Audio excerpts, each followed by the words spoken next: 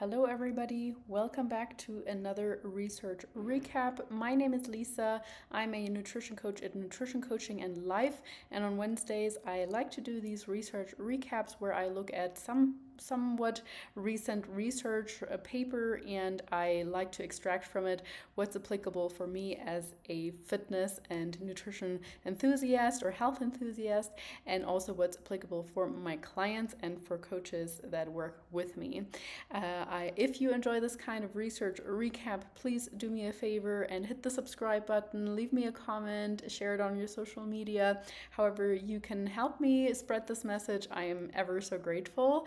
In today's paper, we are looking at the influence of resistance training proximity to failure on skeletal muscle hypertrophy, which was a systematic review and meta-analysis, or with a meta-analysis by Refalo et al. 2022. What does that actually mean?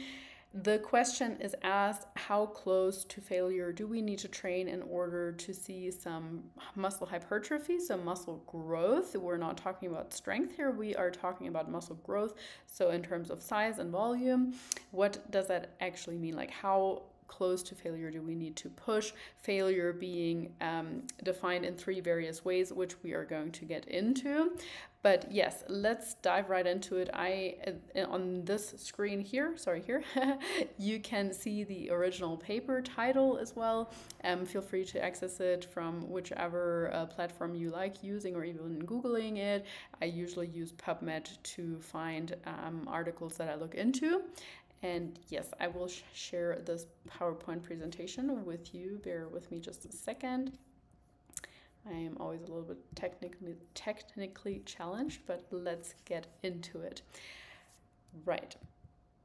So the objectives here of this systematic review with the meta-analysis were to evaluate resistance training effects, examining the overall effect of resistance training performed to set failure versus non-failure for muscle hypertrophy. So again, this is a systematic review, meaning that they look at various different studies and extract from it what do they have in common, what can we extrapolate from them. It's not one particular study, it's not a study design where they have 10 people and then they do XYZ. No, this is a systematic review and a meta-analysis. And they also analyzed velocity loss, so investigating how the magnitude of velocity loss during resistance training influences muscle hypertrophy. And you might have experienced that yourself, that the higher your reps go or the closer to failure you get, the harder it doesn't just feel, but often you also slow down a lot. Like particularly that last rep is often a grind where you're like, am I even moving? I feel like I'm doing this in slow-mo, and in the end you still get to the top, hopefully. But anyway, so they analyzed the velocity loss. And they also compared proximity to failure, so determined the magnitudes of muscle hypertrophy achieved when training two different proximities of failure, so momentary muscular failure versus set failure, etc., which is something we are going to get into very shortly. But first, a few more of the boring details, I guess, so to speak. So when they conducted the literature research, they used databases like PubMed, Scoplus, Sport Discuss, and they adhered to specific guidelines that are used when conducting such a literature research. And when they selected studies, they only included original research, so not research of research, but research with healthy adult participants that were randomized into an experimental group, and one in a control group, so one involving failure, any definition, compared to a non-failure group. For the data extraction and statistical analysis, they used to compile key participant and study characteristics, and then had a effect sizes and confidence intervals as well. Blah, blah, blah, all this jargon to say they adhered to the proper protocols when it came to the statistics. People like myself that are not that interested in statistics are kind of browsing over that, honestly speaking, but I just want to get to the meat of the things and basically saying how does that help me and my clients practically. So again, they just in terms of procedure, they categorize these studies into three themes based on proximity to failure and definitions, because of course not all studies use the same definitions. So they included 15 studies in the end. at least for the systematic review. And they grouped them into 3 different themes. The first theme was where the participants in one study group went to momentary muscular failure and versus non-failure.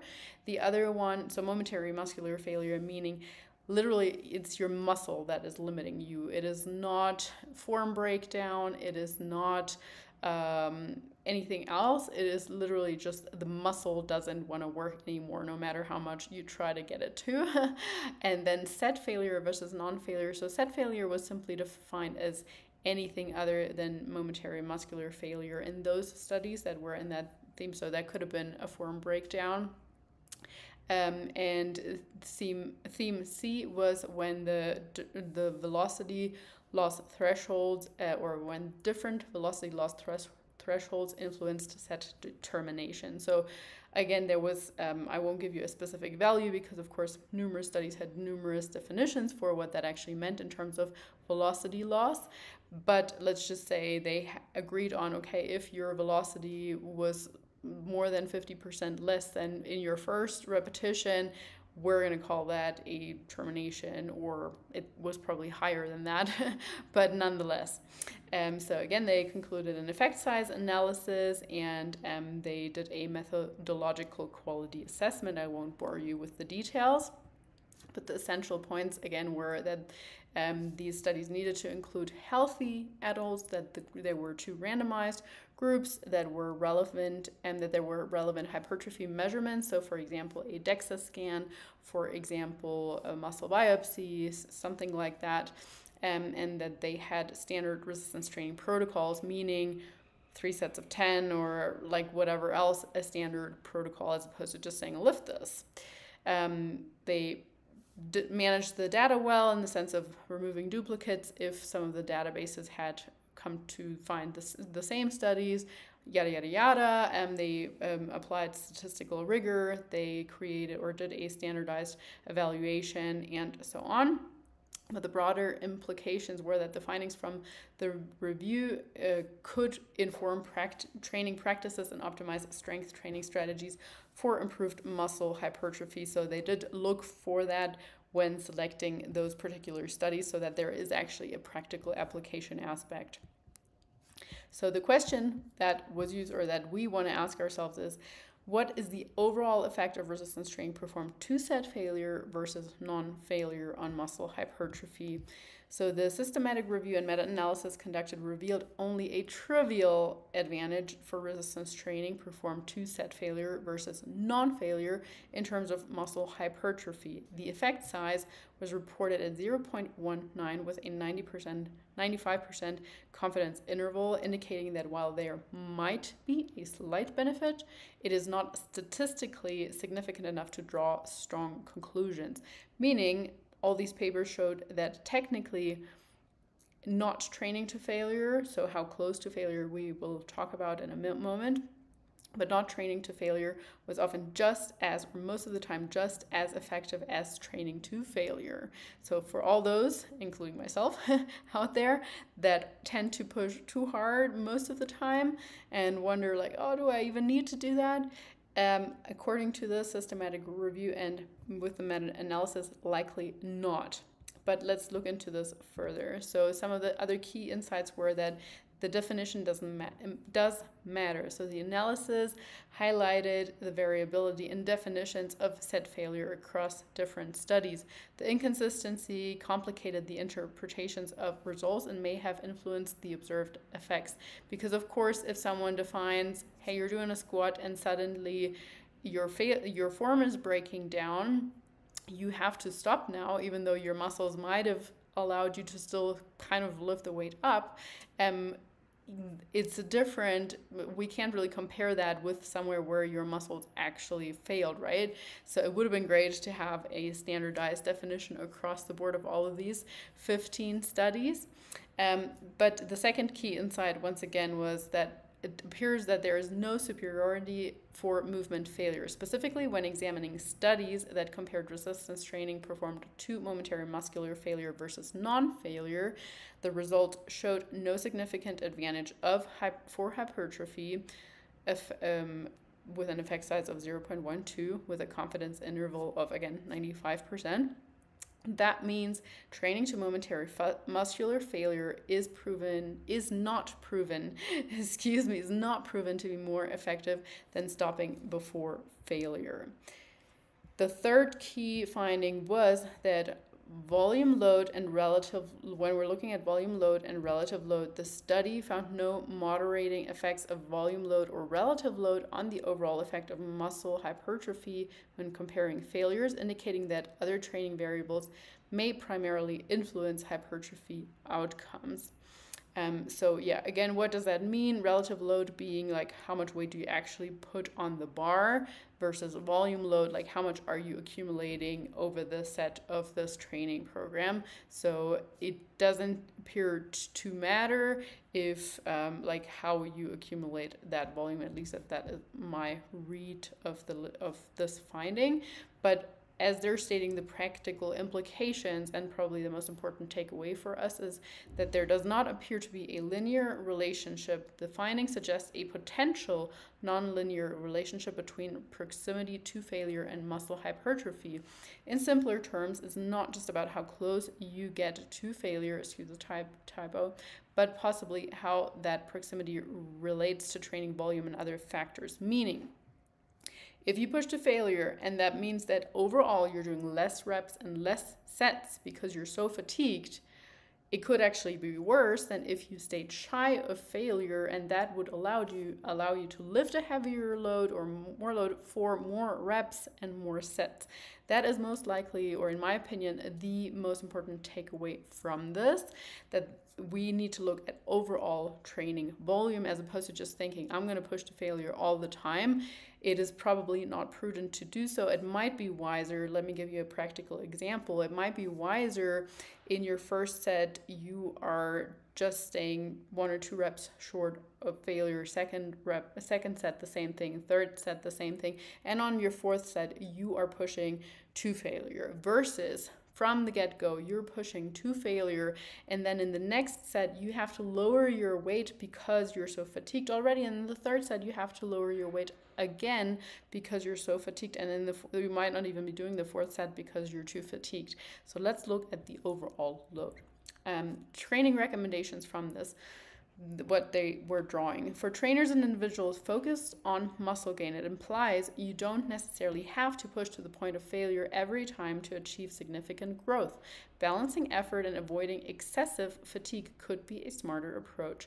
Overall, while resistance training performed to set failure marginally benefits hypertrophy compared to non-failure approaches, or at least it appears to be that case in this systematic review with a meta-analysis, the evidence does not strongly support the necessity of training to failure. So even more precise, or more of a question that I ask myself then, how can we get better at assessing how far or close from failure we, as fitness enthusiasts, or our clients are? Of course, there are various measures that we can employ. So we can use a rate of perceived exertion. That means it is a self-assessment tool that allows trainees to rate their level of effort during a set. So as this is speaking to you as a coach, you should train clients to use a scale of 1 to 10, where 10 represents absolute failure and 1 indicates no effort.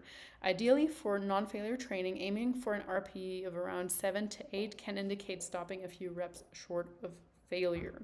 So most training programs, or training programs that I have found very successful, usually aim for a rate of perceived exertion of, let's say, somewhere between 7 and 9 for more of the compound lifts, so more of your squat, your deadlift, your big presses, and aiming or encouraging you to aim close to failure, closer to failure, or to failure for more of the isolation work. So things like lateral raises, like leg extensions, like curls. A, because there is a higher safety component, and B, also you're just isolating that muscle group. So there is also not as much of a neurological fatigue, which plays one of the biggest roles when it comes to our systemic fatigue, so overall fatigue. But yes, essentially that is what I would recommend, doing a little bit of a hybrid of both. I personally do like working with the RPE scale. I like it better than working with something that is called the RIR scale, so reps in reserve, meaning if we feel like, oh, I can only just do one more at the end of this last rep, that would be an RIR of 1. If we feel like we could probably do still 2 or 5, that would be 2 or 5. If you feel like you can't do anything at all anymore and you can't lift it, that is, of course, a 0. But the whole point of RIR and RPE, or what is really helpful in getting better at scoring and assessing that RPE and RIR, is actually, in fact, in a safe manner, pushing to failure from time to time. Not all the time, but from time to time, so that you know what is actually to failure, because otherwise we just think this is really hard, and finding like that fine slide between this is really hard and this is really really hard and this is really really really really hard is like incredibly difficult. So oftentimes you think like, I don't think I can maybe do 2 anymore, and then someone comes and pushes you and yells and whatever, and you end up doing another 4 or 5. I have seen this time and time and time again with clients, and even with myself. If someone starts yelling at me like, oh, okay, I think I can do another one, I have more in me. So yes, we tend to underestimate ourselves, or we tend to rate ourselves, our rate of perceived exertion, too high, in the sense of too close to failure, and we actually have more in our tank. So it's good to know where is your actual failure, despite what those papers said, in my opinion. Another way, which used to be or is probably still quite popular in more powerlifting, Olympic lifting, maybe even the CrossFit space, is training to or testing for a repetition maximum. So you can do that by calculating, or you can do that just by obviously trying to get to failure, getting your 1 rep max. So you can utilize a calculated maximum that can help you gauge how close someone is to failure. So have clients determine their repetition maximum for a given exercise, and then you can use percentages of this for hypertrophy and guide them towards an appropriate intensity, while ensuring they know when they're approaching failure. So let's just say, again, you have someone test their 1 rep max for a bench press, and then, make sure they have a spotter. And then going forward, you tell them, hey, I want you to train or I want you to do 5 reps at 85% of that. That should get you to failure for 5 reps or so. So you're using this for future set determinations, not necessarily for another. It doesn't have to be another 1 rep max, so to speak. I personally have worked with this before more in the Olympic lifting and CrossFit space. At the time, I liked it because it takes away the, oh, how am I feeling today kind of aspect. And at the time I liked it, and now I know how important that is, because with this repetition maximum range, we're often neglecting the aspect of day-to-day form and how we slept that night, how well we're recovered overall, how far along in our training cycle are we actually do a deload, and we shouldn't be lifting or pushing to that certain percentage right now. So I find it's not as it doesn't take your daily form into consideration. It's not as, I don't want to say intuitive, but it's not as body connected perhaps as I believe most of the time for most people it should be. Certainly in more performance spaces, there is absolutely a point of doing that. There's another tool which is called the velocity-based training, so VBT. This method utilizes technology to measure the speed of each repetition, and you can implement devices like something called GymWare or other systems to monitor bar speed. As fatigue sets in, the velocity, of course, decreases, and we can establish thresholds for when the speed drops a certain percentage to indicate proximity to failure. Or, of course, on the other end of the spectrum, it can be like, hey, you need to warm up to at least this sort of velocity before you actually start your working sets. Again, very popular nowadays in things like powerlifting and Olympic lifting, where we do want to achieve this power and somewhat of a speed, at least in our training. Granted, in powerlifting, you don't need to have a lot of speed in competitions, but of course in your training still nonetheless. Or this is also a way to gauge fatigue overall, not just fatigue to failure, but like how fatigued are you in your training cycle. If something that you normally always hit with, let's just say you can easily achieve X velocity for a deadlift or for a back squat at X amount of weight, and then one week it's just way slower for the same amount of week, then it's like, okay, maybe we should do a deload. And the last one, of course, being observation and communication, a little bit trickier, a little bit more advanced here. So utilize the trainer's observational skills to gauge effort levels, pay attention to physical cues, form breakdowns, and so on, body language, facial expressions, and encourage open dialogues with clients regarding how they are feeling during their sets and promoting awareness of their limits. I mean, a good recommendation all in all, but I do believe that requires quite a lot of skill. Some people, they just put on a little bit of face or make it seem harder than what it actually is. We kind of need to differentiate here also. Like if you're a performance athlete, I would assume you're not putting on any faces on purpose, but if it's someone who's new and they don't really feel like being there or training that hard, and it's kind of like, oh, this is so hard, even though it might not actually be. So anyway, of course, you should trust your client too, but nonetheless, probably my least favorite of those methods. And we also want to make sure that we're logging data so that we can know, okay, what did we have last week? What could we push to today? What is out of our reach today? So keeping detailed logs of every workout helps us track progress and effort levels. Have clients record the number of reps, weights, and their perceived exertion levels. I mean, it doesn't have to be as detailed, or you as a trainer, you can also keep logs for them. If you're using an app, of course, it's easy to just enter your weights used and so on in there. And analyzing this data over time can reveal patterns of proximity to failure. So lastly, the significance of a precise assessment or overall, there is a large significance to this. Improving how you and your clients assess proximity to failure allows for more targeted training strategies, enhancing muscle hypertrophy and performance. And this practice helps avoid unnecessary fatigue and injury while fostering a more effective workout regime. So in conclusion of this little paragraph, I highly recommend pushing to failure from time to time so that you know what an RPE of 10 looks like, so that you know what an RIR of 0 looks like, so that then you can train at those slightly lower RPE ranges in order to avoid overtraining, or in order to avoid a large systemic fatigue from your central nervous system and in general.